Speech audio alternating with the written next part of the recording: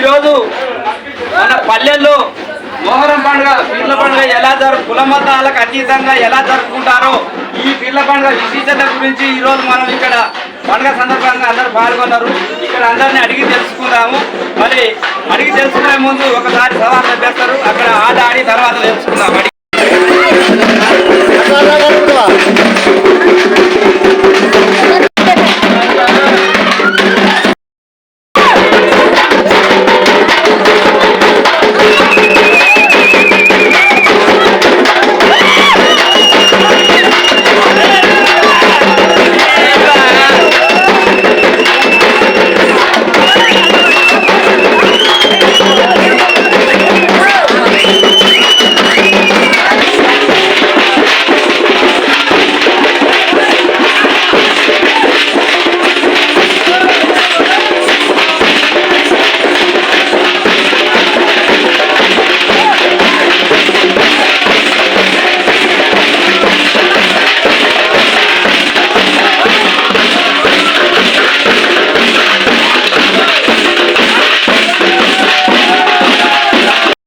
మన పల్లెటూళ్ళల్లో మన పీర్ల పండుగ మొహరం పండుగ గురించి ప్రత్యేకత గురించి కుల మతాలకు అతీతంగా ఏం చేస్తారని చెప్పారు. నాకు తెలిసిన కనుక వాస్తవంగా అయితే అంత సంతోషంగా ఉంది. నాకు మా మిత్రుడు మా అన్న చెప్పారు, అదే ప్రకారంగా కూడా మళ్ళీ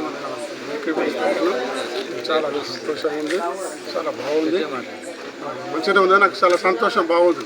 ఎందుకంటే విషయం చెప్పమంటారా, ఈ విషయంలో పీర్ల పండుగ విషయం చాలా చాలా గొప్ప విషయం. నాకు అది మేము గత కొన్ని సంవత్సరాల నుంచి కూడా మేము చూసుకుంటూ వస్తూనే ఉన్నాం. ఇందులో ఎలాంటి తేడాలు లేవు.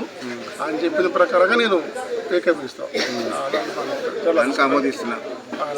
తమ్ముడు మా అన్న చెప్పినట్టుగా ఓకే, దాంట్లో లేదు.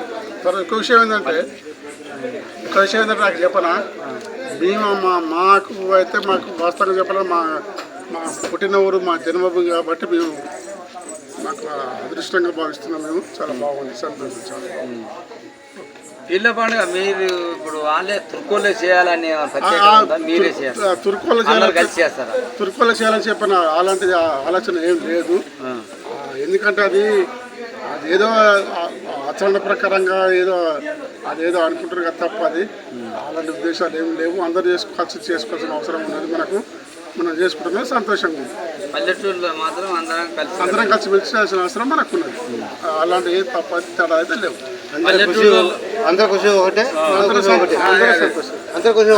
భావించకుండా ఏ ప్రభుత్వాలైనా కుల మతాలకు అతీతంగా పల్లెటూరులో ఎప్పుడైనా అందరూ కలిసిమెలిసే ఉన్నారు. ఏ పండుగ అయినా సరే మేముందరం వాళ్ళు ఆ కులం ఈ కులం అనుకుని పల్లెటూరులో అనుకుంటే వాళ్ళం కాదు.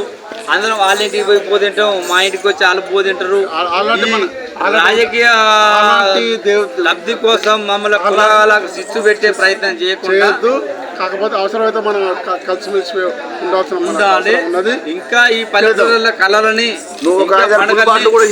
కలిసి ఉంటున్నాం కాబట్టి వాళ్ళకి శిస్తు పెట్టే ప్రయత్నం చేయదు ఏ రాజకీయ ప్రభుత్వాలు కానీ. జై కొమరం, జై పీర్ల పండుగ, జై పీర్ల పండుగ.